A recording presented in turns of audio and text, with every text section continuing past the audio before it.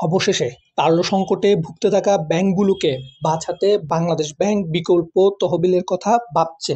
অন্তর্বর্তীকালীন সরকার আসার পর থেকে ১১টি ব্যাংকে তারল্য সংকট অনেক বেশি দেখা দেয় এবং বিভিন্ন বিষয় নিয়ে আসলে উঠে আসে সেই ব্যাংকগুলোর দুর্বলতা, যেটিতে আসলে ভয় এবং আতঙ্কিত হয়ে পড়ে ব্যাংকিং খাতে বিনিয়োগ করা গ্রাহকরা। পর্যাপ্ত পরিমাণে তারল্য না থাকার কারণে এই ব্যাংকগুলোতে গ্রাহকের চাহিদা মতো টাকা দিতে ব্যর্থ হচ্ছিল গত কয়েক মাস ধরে। বিশেষ করে আগস্ট মাসের ৫ তারিখের পর থেকে শুরুর দিকে প্রথম ১ মাসের দিকে অনেক বেশি কঠোর অবস্থানে ছিলেন বাংলাদেশ ব্যাংকের বর্তমান governor doctor Ahsan H Mansur. ধীরে ধীরে তিনি বুঝতে পারছেন যে ব্যাংকগুলোকে বাঁচাতে হবে, তাই বিকল্প তহবিল ছাড়া অন্য কোনো পথ নেই। এখন গ্রাহকগুলোর জন্য সুখবর বলা চলে যে ১১টি ব্যাংককে তারল্য সহায়তা দিবে বাংলাদেশ ব্যাংক। অন্তর্বর্তীকালীন সরকার গঠনের পরপরই এই ব্যাংকগুলোর সমস্যা দেখা দিতে শুরু করে এবং ১১টি ব্যাংকের পরিশোধ ভেঙে দিয়ে নতুনভাবে গঠন করা হয় যাতে ব্যাংকগুলোকে বাঁচাতে পারে। কিন্তু অল্প তারল্য দিয়ে আসলে এই ব্যাংকগুলোকে বাঁচানো সম্ভব ছিল না। তাই এখন নতুনভাবে ভাবছে বাংলাদেশ ব্যাংক, যাতে এই ব্যাংকগুলো এবং গ্রাহকের টাকা সেফ থাকে। গতকাল গ্লোবাল ইসলামী ব্যাংক এবং ইউনিয়ন ব্যাংকের এমডি এবং চেয়ারম্যানের সাথে বৈঠকে ডক্টর আহসান এইচ মনসুর তাদের কাছে জিজ্ঞেস করেন যে ক্যাশ কাউন্টার সচল করতে গেলে তাদের কি পরিমাণ অর্থের প্রয়োজন এবং তাদের যে ঋণগুলো রয়েছে সেই ঋণগুলো রিকভারির কি অবস্থায়, বেশ কিছু বিষয় নিয়ে আলোচনা করেন। ডক্টর আহসান এইচ মনসুর দায়িত্ব নেওয়ার পর যেই ১১টি ব্যাংকের পরিশোধ ভেঙে দেয় সেই ব্যাংকগুলো হচ্ছে Islami bank Bangladesh PLC, national bank, social Islami bank, united bank, Exim bank, IFIC bank, union bank, global Islami bank, first city bank, Al Arafah bank এবং বাংলাদেশ কমার্স ব্যাংক। অনিয়ম দুর্নীতির কারণে আগে থেকে এই ব্যাংকগুলো বেশিরভাগ অবস্থা নাজুক ছিল। সরকার ক্ষমতায় থাকা অবস্থায় নতুন টাকা ছাপিয়ে এইসব ব্যাংকে তারল্য সহায়তা দিয়েছিল বলে জানিয়েছে কেন্দ্রীয় ব্যাংক।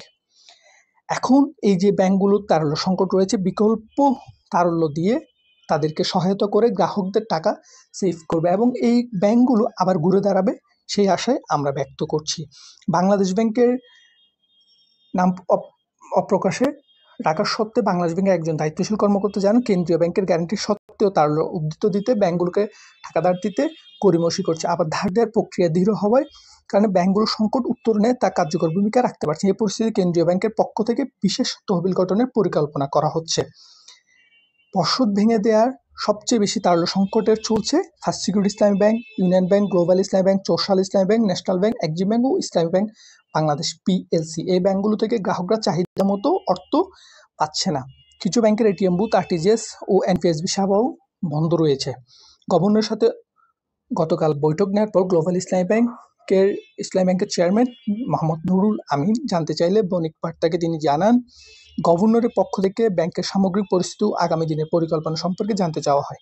ব্যাংকটির দায়িত্ব নেওয়ার পর থেকে আমরা কি কি পদক্ষেপ নিয়েছি সেই বিষয়গুলো ওনারা জানতে চেয়েছেন। মূল কথা হচ্ছে এখানে ব্যাংকগুলো খুব শীঘ্রই তারল্য সংকট কাটিয়ে উঠবে এবং গ্রাহকের আস্থা ফিরে পেতে চেষ্টা করবে।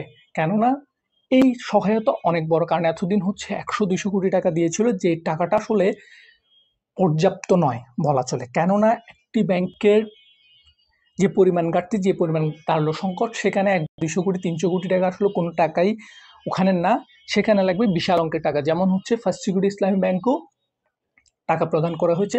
ধীরে ধীরে প্রত্যেকটি তারল্য সংকটে ভুগতে থাকা ব্যাংকগুলোকে তারল্য সহায়তা দিবে। যারা গ্রাহক রয়েছেন অনেক বেশি আতঙ্কিত হয়ে পড়েছেন, আপনাদেরকে আশার বাণী বলা চলে যে বিশেষ তহবিল গঠনের মাধ্যমে এই ব্যাংকগুলোকে সমস্যা থেকে উত্তরণ করা হবে। সেক্ষেত্রে ব্যাংকগুলো আবার স্বাভাবিক অবস্থানে ফিরবে খুব শীঘ্রই। বলা চলে এই বছরের মধ্যেই ব্যাংকগুলো খুব শীঘ্রই ঘুরে দাঁড়াবে। অলরেডি ফার্স্ট সিকিউরিটি ইসলামী ব্যাংকের স্বাভাবিকতা ফিরবে এই ২-৪ দিনের মধ্যে, কেননা তাদেরকে ফান্ড আসলে দিয়ে দেওয়া হয়েছে যতটুকু বোঝা যাচ্ছে। সেক্ষেত্রে ভালোই ফান্ড দেওয়া হয়েছে, সেক্ষেত্রে হচ্ছে এই ব্যাংকগুলো ঘুরে দাঁড়াবে আমরা আশা রাখছি। আর ব্যাংকিং খাত সচ্ছল হবে, দেশের অর্থনীতি ঘুরে দাঁড়াবে। ধন্যবাদ।